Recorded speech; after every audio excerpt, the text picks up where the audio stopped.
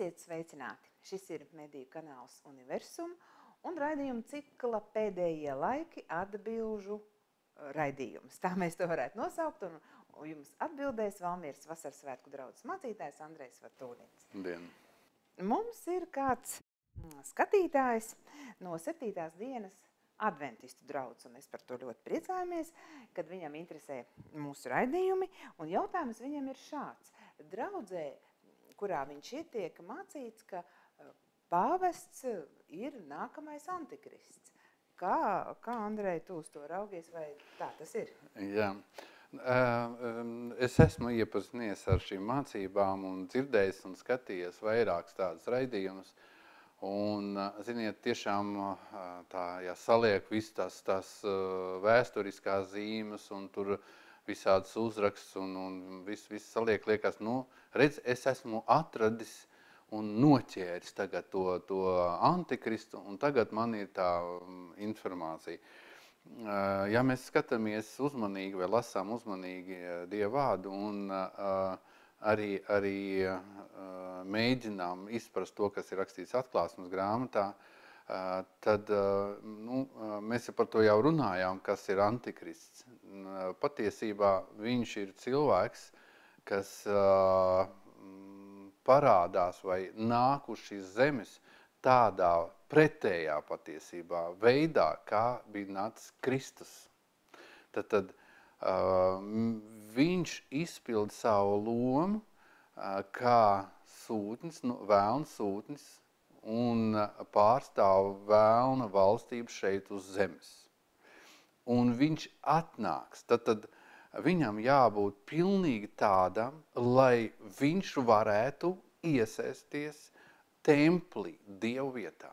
Templis ir tā vieta, kur reāli un fiziski piederēs Izrēlei un par to cīnās ortodoksālie jūdi. Mēs par to arī runājām. Tad varētu teikt, ka tās saknes ir Izrēlē un judaismā. Tāpat kā kristietība un mesiānisms, tāpat arī antikrista mācība, viņa balstīsies arī uz daudzām lietām, ko sauc varbūt par veco derību. Tātad, ja mēs skatāmies, ejam atpakaļ ejošā secībā, mēs aiziesim līdz templim, līdz judaismam, līdz ebrejiem, un skaidrs, tad Kristum jānāk tādā, antikristam jānāk pretējā, bet tādā pašā, ar to pašu kanālu, kā atnāca Kristus. Izmantosies tas pats kanāls, ebreju kanāls. Kā tas notiek? Viņš piedzima no jaunās, viņš bija ieņemts no svētā gara, viņš atnāca no konkrētās cilts, ja, tad ņemam šīs lietas, lai apzīmētu antikristu. Viņam jābūt ebrejam, viņš nāks caur Dana droši vien cilti, mēs par to jau runājām, kāpēc Dana cilts nav Atklāsmes grāmatā ieskaitīts, tas nozīmē, ka varētu būt, ka viņš nāk ne jau no jūdu cilts, bet no Dana cilts, no ebrejiem. Un viņš ir tas cilvēks, kas ir ieņemts no vēlna gara. Tad viss tā radīšana apzīmē, ka tas būs cilvēks, kas, teiksim tā, nav saistīts ar reliģiju citu, kā ar judaismu. Tad viņam jābūt praktizējošam, ortodoksālām jūdam, vai vismaz tuvam tai lietai. Neiet runa par kristietību. Tad jau pāvests, viņš kaut kā neiekļaujās tajā skatījumā.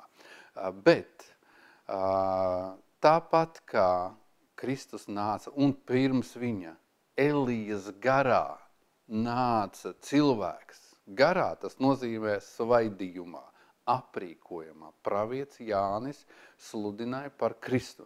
Tāpat praviešu gars būs uz vienu cilvēku, kas pravietos, lai skatās uz antikristu, un būs priesterība, kuru šodien pārstāv baznīca. Tas ir vēl 2 radījumi, kuri sagatavos ceļu un atvers šo ceļu priekš tā, lai antikristi ieņemtu savu vietu templī. Tas nozīmē jābūt priesterībai un praviešu kalpošanai. Priesterība kā reiz varētu būt šodienas baznīcas pārstāvi. Un tas ir sakopots tēls. Tas nav tikai viens tēls. Es pateiktu, šis kalpotājs, šis mācītājs, šis bīskaps, viņš ir šis priesteris, kas pārstāv tagad antikristu. Šodien mēs vēl nevaram pateikt, jo tas atklāsies pēdējos laikos, kas tieši tas būs. Vai tas ir šīs pāvests, vai tas ir kaut kāds mitropolis. Es nezinu, tur nav tāda norādījuma Dieva vārdā, konkrēti norādījuma nav. Tur ir rakstīts netikle, kas bija darījuši šīs netiklības ar visām tautām. Un tas nozīmē, šodien mēs varam to arī saprast, tā ir Dieva baznīca vai Dieva sieva, Dieva līgava un ir vēlna līgava. Un vienā draudzē var būt cilvēki, kas nodevuši savu sirdi vēlnam, un tajā pašā draudzē ir cilvēki, kas atdevuši savu sirdi Dievam. Un viņi satiekās vienā dievkalpojumā. Un tas ir fakts, šodienas patiesība. Tad, ko es gribu uzreiz atbildēt, ka ja mēs sekojam atpakaļ ceļā, teiksim, līdz punktam, kur startē Kristus, mēs atradīsim, tur startē antikrists. Tajā dienā, kad Kristus bija augšām cēlies, rakstīts, antikristā gars jau bija darbojies. Bija izveidojusies Dieva draudz, un tajā pašā laikā bija izveidojusies antikrista draudz. Un tās lietas iet paralēli līdz šai lietai. Dieva draudz aiziet debesīs paraušana. Antikrista draudz, viņi pieņemsies spēkā un darbosies šeit kopā ar antikristu, kas nāks miesā. Vēl ir norādījumi par to, ka antikristam jābūt, varētu tā būt virsniekam vai militāras sistēmas personai vismaz, kas nav nekādā veidā saistīts ar pāvestu, ja? Un vēl tur iet runa varētu būt, un tā ir arī skaidrots, ka šis cilvēks varētu būt transseksuāls. Ja? Tad atvainojiet, tas nekā nesaiet kopā ar šo mācību. Ir pazīmes, ka jābūt priesterībai pārdotai, kas pārdeva sev vēlnam, varētu tā būt. Ka tas būs kaut kāds kopīgs lēmums, kuru, teiksim, šo cilvēku ievēlēs kā antikrista priesteri. Un tas var būt, starp citu, kaut kādas konfesijas pārstāvs šodienas. Tas var būt pat rabīns kaut kāds. Ziniet, grūti pateikt, kas tas priesteris būs.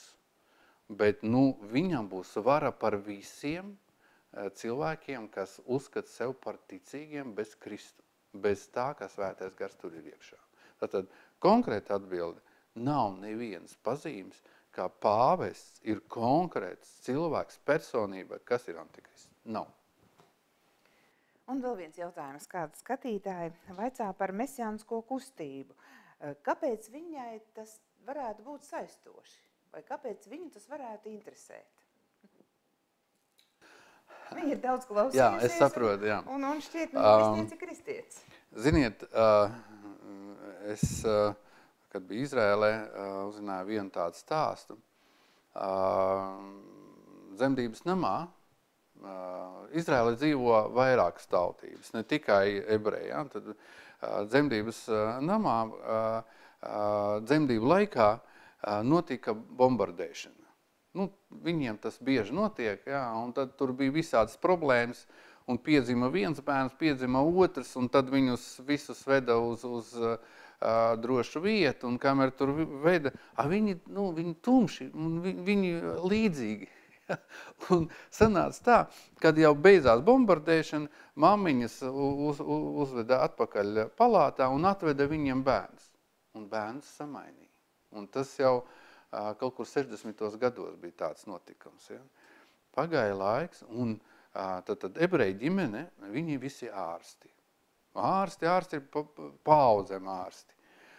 Tas, kas viņiem bija, nevar viņu saistīt ar viņš mūziķis. Viņš tur spēlē uz visa, kas izdod skaņas, viņš spēlē. Un otrāja ģimene, arābu ģimene. Arābi ar ebrejiem samainījās. Un otrāja ģimenē, tas bērns, viņi gribēja, lai viņš ir mūziķis, lai viņš iet kaut kur par tādu, paliek par cilvēku, mākslas cilvēku. Ja. Nevarēja, viņš izmācījās par ārstu. Un izmācījās.